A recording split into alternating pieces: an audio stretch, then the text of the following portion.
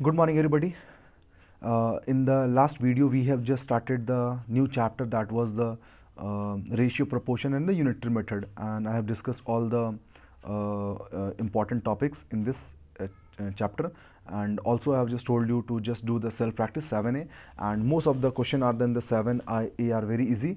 And I request you to please just attend the online classes, because if you are going to attend the online classes, most of the exercise question we are discussing over there only. जो भी आपको problems है आप बिल्कुल वहाँ पे मेरे से डिस्कस कर सकते हो। और इस चैप्टर के 7th ए के जो मोस्ट ऑफ द क्वेश्चन है वो हम लोगों ने ऑलरेडी ऑनलाइन क्लासेस में डिस्कस कर लिया है। तो कुछ एक क्वेश्चन जो है जो इंपॉर्टेंट टाइप के है मैं उसको एक बता देता हूँ, ठीक है। तो in this already last video में मैंने आपको 2 3 तक मैंने को बताया था कैसे रेशियोज़ लेते हैं। मैं इसका एक क्वेश्चन नंबर आपको 6 बताता हूँ। देखो क्वेश्चन नंबर 6 में क्या है, A/B इज़ गिवन 4:7। A/B का वैल्यू है 4:7 एंड B/C गिवन 5:3 और आपको A/B/C निकालना है, ठीक है।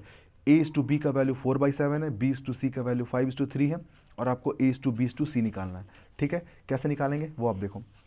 सबसे पहले A/B का जो वैल्यू है वो 4/7 है और B/C का वैल्यू है 5/3 है। तो यहाँ पे डिनोमिनेटर b है और यहाँ पे जो b है वो न्यूमरेटर में आ गया है। तो मैं क्या करूँगा, इसको इंटरचेंज कर देता हूँ। अगर न्यूमरेटर को नीचे ले आता हूँ और डिनोमिनेटर को ऊपर ले आता हूँ तो यहाँ भी मेरे को बिल्कुल भी चेंज करना पड़ेगा। तो b/c इक्वल टू 5/3 है, तो c/b कितना हो जाएगा, इसको भी चेंज कर देंगे 3/5, है ना। तो अब देखो यहाँ पे डिनोमिनेटर और यहाँ पे डिनोमिनेटर दोनों के b भी अब नीचे आ चुके हैं, लेकिन यहाँ पे डिनोमिनेटर इसका 7 है और यहाँ पे इसका डिनोमिनेटर 5 है। तो दोनों के डिनोमिनेटर्स मेरे को इक्वल करने होते हैं। तो दोनों के डिनोमिनेटर्स को कभी भी इक्वल करना होता है तो हमेशा हम लोग एलसीएम मेथड से ही इक्वल करते हैं। तो हम लोग 7 और 5 का एलसीएम लेंगे, तो एलसीएम ऑफ 7 5 लेंगे, तो इसका एलसीएम निकाले तो कितना है 35। तो इसका मतलब 7 और 5 का एलसीएम 35, ठीक है। अब देखो 7 को किससे मल्टीप्लाई करेंगे कि 35 आ जाए 5। तो मैं क्या करूँगा कि A/B का जो वैल्यू 4/7 था, तो मैं 7 को 5 से मल्टीप्लाई कर रहा हूँ। तो कभी भी अगर कोई भी चीज़ मल्टीप्लाई या डिवाइड या कुछ भी करेंगे तो हमेशा न्यूमरेटर और डिनोमिनेटर में दोनों को करना चाहिए। क्यों? क्योंकि इसको कट कर देंगे तो या वापस से मेरे पास जो ये रेशियो है 4/7 ही आ जाएगा, है ना। तो मैं इसको 5 से मल्टीप्लाई कर रहा हूँ ऊपर नीचे। 5 से ही क्यों मल्टीप्लाई कर रहा हूँ, क्योंकि 7 के टेबल में 5 बार में 35 आता है, इसलिए तो 5 से ऊपर नीचे मल्टीप्लाई कर रहा हूँ। तो 4 × 5 20 एंड 7 × 5 35, ओके। अब यहाँ देखो b का वैल्यू कितना था, यहाँ पे 5 था। अब 5 के टेबल में 35 कितने बार में, 7 बार। तो c/b का वैल्यू 3/5 था, मैंने इसको मल्टीप्लाई किया 7 से ऊपर और नीचे। तो यहाँ पे 7 3 21 और 5 7 35। तो अब आप यहाँ पे दोनों को मैच करो कि A/B का जो वैल्यू है मैंने किस में कन्वर्ट कर दिया, 20/35 में, और C/B को मैंने कन्वर्ट कर दिया है 21/35 में। तो यहाँ से आप मैच कर सकते हो, B का वैल्यू अब मेरे लिए इक्वल हो चुका है। तो b का वैल्यू इक्वल हो चुका है, तो इसका मतलब a का वैल्यू मेरे को कितना मिलेगा 20 और c का वैल्यू कितना मिलेगा 21। तो अगर आपको A/B/C लिखना है तो a का वैल्यू कितना है 20, b का वैल्यू कितना है 35, दोनों जगह आप देख सकते हो 35, और फिर c का वैल्यू कितना है 21। तो 20:35:21, ये आपका फाइनल आंसर होगा A/B/C का, ओके। नाउ अब एक क्वेश्चन का पैटर्न देख लो, उसके बाद ये, इसके बाद ये क्वेश्चन बिल्कुल वैसे ही बना सकते हो। फिर 8 से लेके नीचे के सारे के पैटर्न एक ही पैटर्न है। मैं एक क्वेश्चन आपको बताता हूँ, ठीक है। जैसे देखो यहाँ पे, the side of a triangle in the ratio 1:1.5:2 and the perimeter is given the 18, find the length of the each side, ठीक है। देखो यहाँ पे क्वेश्चन क्या दिया हुआ है कि आपके पास एक ट्रायंगल है और इस ट्रायंगल में इन तीनों साइड्स का रेशियो जो है वो 1:1.5:2 है। तो sides are in the ratio, ये दिया हुआ है, और इस ट्रायंगल का जो पेरीमीटर दिया हुआ है 18। तो अगर साइड्स का रेशियो दिया हुआ है तो मैं कैसे लिख सकता हूँ, AB/AC/BC, और उन सबका वैल्यू कितना दिया हुआ है 1:1.5:2, ठीक है। तो कोई भी चीज़ रेशियो में जब होता है तो वो उसका एग्जैक्ट वैल्यू नहीं होता है, ये चीज़ें मैंने आपको पहले भी बताई थी, ठीक है। तो उसका अगर एग्जैक्ट वैल्यू लेना है तो मैं किसी एक वेरिएबल से सबको मल्टीप्लाई कर देता हूँ, तो फिर मैं बोल सकता हूँ कि वो उसका एग्जैक्ट वैल्यू है। तो अगर मेरे AB को अगर वैल्यू चाहिए होगा तो इस रेशियो को एक हम वेरिएबल से मल्टीप्लाई कर रहे हैं x से, तो 1 × x तो आ जाएगा x। वैसे 1.5 को फिर उसी वेरिएबल से मल्टीप्लाई करें x से, तो 1.5 × x तो 1.5x। वैसे 2 को मल्टीप्लाई करेंगे x से तो 2x। तो अब मैं बोल सकता हूँ कि AB का जो एग्जैक्ट वैल्यू x है, फिर AC का एग्जैक्ट वैल्यू 1.5x है, और BC का वैल्यू यहाँ पे 2x है, ओके। अब देखो क्वेश्चन में दिया हुआ पेरीमीटर का वैल्यू 18 है, तो ATQ मतलब होता है अकॉर्डिंग टू क्वेश्चन। तो पेरीमीटर का जो वैल्यू होता है, पेरीमीटर कैसे निकालेंगे, अगर मैं AB + AC और फिर BC। पेरीमीटर का मतलब होता है इसके बाउंड्री का मेजरमेंट, ये ऑलरेडी मैंने चैप्टर एरिया में आपको बताया था। तो इसका पेरीमीटर निकालना है तो AB plus AC plus BC, इन तीनों को ऐड करेंगे तो मेरे को क्या निकल जाएगा, पेरीमीटर। ओके, तो पेरीमीटर की जगह मैंने 18 लिख दिया, AB की जगह पे इसका वैल्यू देखो मैंने x लिखा है, फिर AC की जगह पे 1.5x और BC की जगह पे 2x। इनको अगर ऐड करेंगे तो 4.5x आ जाएगा और इधर 18 x का वैल्यू चाहिए तो 4.5 को इधर ले आओ, तो 180 को अगर 4.5 से डिवाइड करेंगे तो ये 4 बार में डिवाइड हो जाएगा। ठीक है, तो इसका मतलब x का वैल्यू मेरे को क्या मिल गया, 4। ठीक है, तो AB का वैल्यू मेरे लिए x था तो x की जगह मैंने 4 रख दिया, 4 सेंटीमीटर। AC का वैल्यू हमने कितना लिया था, 1.5x। तो इन दोनों के बीच मल्टीप्लिकेशन होता है, देख लो मल्टीप्लिकेशन था, तो 1.5 इंटू एक्स के जगह पे वैल्यू रखा 4, तो 1.5 इंटू 4 तो 6 सेंटीमीटर। 2 इंटू एक्स है तो 2 into 4 that is equals to 8। अच्छा, इस क्वेश्चन को आप चेक भी कर सकते हो कि आपका सही है कि नहीं है। अगर इन सारे को आप ऐड करोगे तो देखना 18 आना चाहिए, क्योंकि ये पेरीमीटर ना होना चाहिए। तो अब देखो 4 और 6 10 और 8 18 आ रहा है ना, मतलब आपका आंसर जो है बिल्कुल भी करेक्ट है। तो लाइकवाइज आप इधर के जो क्वेश्चन है आप बिल्कुल सॉल्व कर लेना। और मैं फिर से आपको एक बार बोल रहा हूँ कि please just attend the online classes. Online classes में हम लोग बहुत सारी चीज़ों को डिस्कस करते हैं, जो सारी चीज़ें हम लोग वीडियो में डिस्कस नहीं कर पाते हैं, या जो भी आपको प्रॉब्लम्स होती है वीडियो में, तो वो सारी चीज़ें जो है हम लोग ऑनलाइन क्लासेस में डिस्कस करते हैं। तो I request you to just attend the online classes. Okay, now listen, proportion. अब नेक्स्ट पार्ट जो है वो प्रोपोर्शन है। तो यहाँ पे प्रोपोर्शन क्या है, इस चीज़ को हम लोग समझते हैं।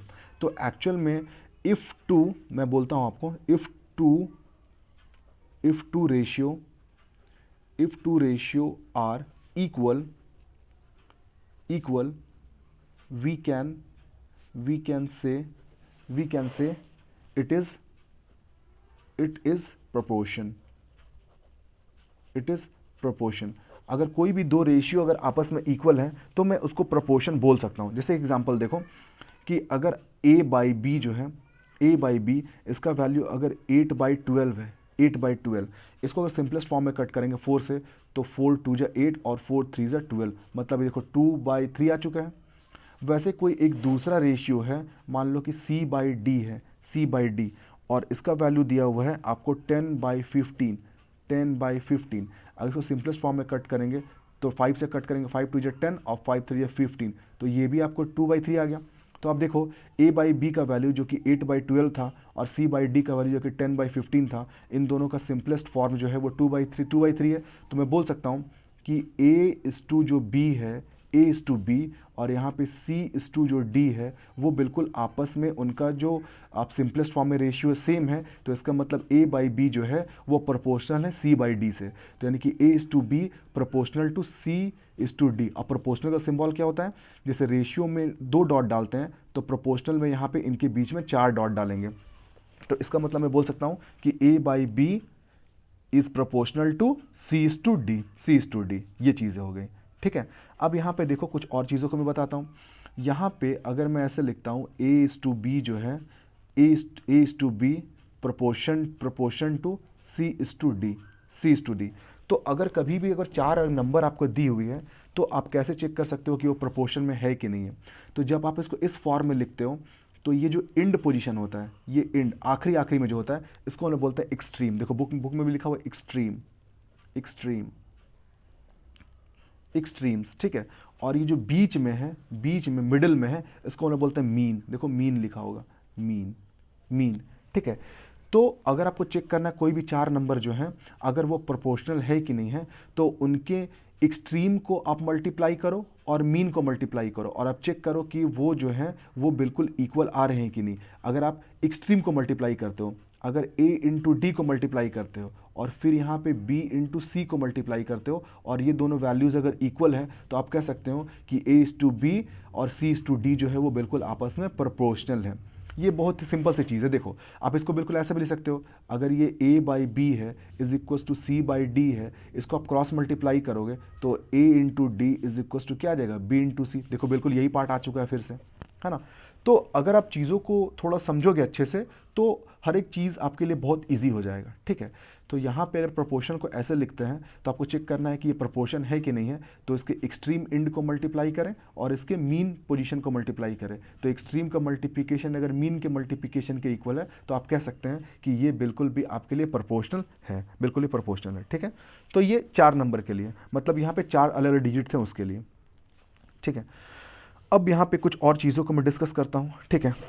अगर आपके पास सिर्फ और सिर्फ अगर 3 नंबर हैं, जैसे कि अगर यहाँ पे ऐसे नंबर हैं, जैसे मैं बात करता हूँ, अगर a by b is equal to b by c, मतलब आप यहाँ पे कह सकते हो a proportional to b is to b proportional to c, तो आप बिल्कुल ऐसे लिखोगे, इस पार्ट को ऐसे लिख सकते हो ना, a by B is equals to b by C.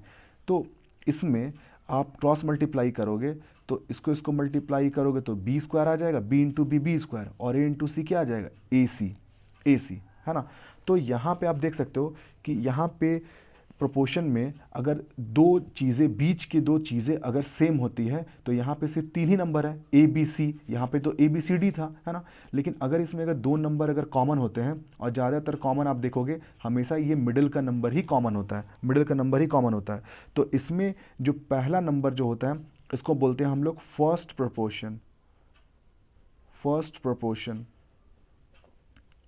First proportion, ठीक है। ये जो बीच का जो होता है इसको बोलते हैं हम लोग mean proportion, mean proportion, mean proportion, ठीक है। और ये जो लास्ट का बचा ये, इसको हम लोग बोलेंगे कि आखिरी है, तो बोलेंगे third, third proportion, third proportion, ठीक है। अगर बीच के दो नंबर अगर इक्वल हैं तो उसको हम लोग क्या बोलेंगे, मीन प्रोपोर्शन, और पहले वाले को फर्स्ट और लास्ट वाला क्या हो जाएगा, थर्ड प्रोपोर्शन, ठीक है। मैं कुछ एग्जांपल से इसको समझाता हूँ तो ज़्यादा क्लियर हो जाएगा, ठीक है। जैसे सबसे पहले देखो यहाँ पे एग्जाम्पल नंबर 11, तो एग्जाम्पल नंबर 11 में देखो ये 4 नंबर दिए हुए हैं और आपको चेक करना है कि कौन सा प्रोपोर्शन है कौन से नहीं है। तो यहाँ पे 5 है, 15 है, 17 है और 51 है, तो चेक करना है। तो इसका मतलब 5 और 51 एक्सट्रीम है, आखिरी में है, तो 5 और 51 को मल्टीप्लाई करो, तो 5 और 51 को मल्टीप्लाई किया गया तो 255, और फिर मीन को मल्टीप्लाई करेंगे 15 इंटू 17 तो आ गया 255। तो एक्सट्रीम वाले का मल्टीप्लिकेशन अगर मीन की मल्टीप्लिकेशन के इक्वल है तो हम बोल सकते हैं कि ये बिल्कुल भी प्रोपोर्शन है। तो लाइकवाइज आप सारे नंबर को चेक कर सकते हो, ठीक है। यहाँ पे देखो ये एक इंपॉर्टेंट टाइप का क्वेश्चन है, मैं इसको समझाता हूँ। यहाँ पे 3 क्वेश्चन है, इन तीनों को अगर आप समझ जाओगे तो पूरे एक्सरसाइज को बहुत आराम से सॉल्व कर सकते हो। मैं एक एक करके आराम से एक एक क्वेश्चन को बताता हूँ, समझने की कोशिश करो। जैसे यहाँ पे देखो फाइंड द फोर्थ प्रोपोर्शन, मतलब कि यहाँ पे फोर्थ मिसिंग है, तो यानी कि फर्स्ट है, सेकंड है, थर्ड है, यहाँ पे फोर्थ मिसिंग है। तो ये अगर फर्स्ट सेकंड थर्ड फोर्थ है तो ये बिल्कुल ये वाला केस होता है, पहला वाला। ये फर्स्ट टाइप था आपका और ये आपका बाबू सेकंड टाइप था। तो फर्स्ट टाइप में अगर ये चारों नंबर बिल्कुल अलग अलग होते हैं तो ये होता है आपको first position, first ratio second, ये हो गया फर्स्ट सेकंड थर्ड और फोर्थ, फर्स्ट सेकंड थर्ड और फोर्थ, है ना, क्योंकि यहाँ पे चारों डिफरेंट है इसलिए, है ना। तो इसमें देखो कि 7 दिया हुआ है, 10 दिया हुआ है, 14 दिया हुआ है, फोर्थ मिसिंग है, तो फोर्थ की जगह x लिख दिया। तो अगर ये प्रोपोर्शन होंगे तो इसका मतलब 7 को x से मल्टीप्लाई करेंगे तो वो बिल्कुल 10 और 14 के मल्टीप्लाई के इक्वल होंगे, क्योंकि यहाँ लिखा हुआ है कि वो प्रोपोर्शन में है। तो 7 को अगर x से मल्टीप्लाई करेंगे तो 7x, और वो बिल्कुल 10 और 14 के मल्टीपल के इक्वल होने चाहिए। अब यहाँ पे x का वैल्यू निकालना है, तो 7 को आप बिल्कुल डिवीजन में लेके जाओगे, तो 10 इंटू 14/7, 7 को कट करें 14 से 2 बार में, 10 इंटू 2 कितना आ गया 20। तो इसका मतलब जो फोर्थ नंबर जो मिसिंग था उसका वैल्यू कितना है 20। तो 7 इंटू 10 इंटू 14 इंटू 20, ये फर्स्ट नंबर हो गया, ये सेकंड, ये थर्ड और ये फोर्थ। ओके, सेकंड क्वेश्चन देखो इसका, इसमें आपको थर्ड निकालना है, थर्ड। तो थर्ड निकालना है, इसका मतलब कि 12:20। ये देखो ये क्वेश्चन कैसे है, ये आपको मैं एग्जाम्पल 12 आपको समझाता हूँ। एग्जाम्पल 12 का ये बी नंबर देखो, इसमें क्या है कि आपको थर्ड प्रोपोर्शन निकालना है। तो इसका मतलब थर्ड प्रोपोर्शन निकालना है, तो 2 ही नंबर दिया हुआ है, तो इसका मतलब ये 12:30, और इसका मतलब आप प्रोपोर्शन में अगर हम लिखना चाहते हैं तो जब ये कंडीशन इस कंडीशन में होता है, तो देखो इसमें 2 नंबर आपस में रिपीट करते हैं ना, तो ये जो आखिरी वाला जो 30 है ये अपने आप को रिपीट करेगा, और थर्ड आपको नहीं पता है, यहाँ पे थर्ड निकालने के लिए बोला है, तो थर्ड को x लिख देता हूँ। अब बिल्कुल वैसे ही करेंगे, अगर 12 को अगर मैं x से मल्टीप्लाई करूँगा तो ये बिल्कुल 30 इंटू 30, मतलब आप अगर एक्सट्रीम को मल्टीप्लाई करते हो तो ये बिल्कुल आपको मीन के मल्टीप्लाई के बराबर आता है, ठीक है।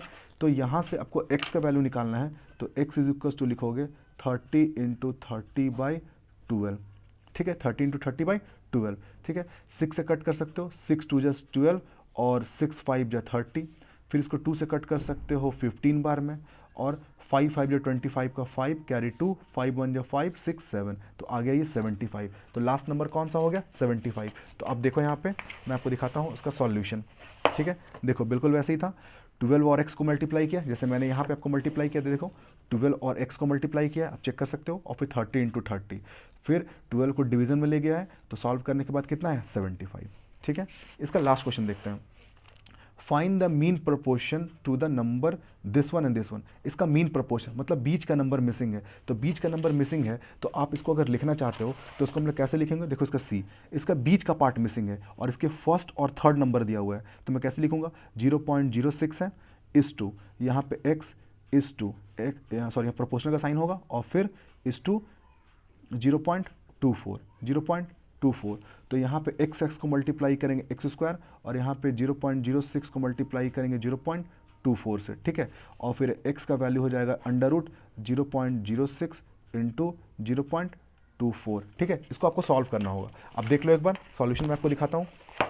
देखो यहाँ पे x equal to under root 0.06 into 0.024 मैंने यहाँ तक दिखाया था, डेसिमल को हटाएं 100 और फिर यहाँ भी डेसिमल को हटाएं 100, 6 को मल्टीप्लाई करेंगे 24 से तो ये आ गया 144, और 44 को मैं क्या लिख सकता हूँ 12 इंटू 12, और रूट का मैंने आपको पहले बताया था कि हमेशा दो पेयर में से एक बाहर निकलता है, तो ये 12 इंटू 12 लिखेंगे तो ऊपर से एक 12 आया और नीचे 100 इंटू 100 है तो एक 100 आएगा, तो 100, तो 12/100 कितना आ जाएगा 0.2।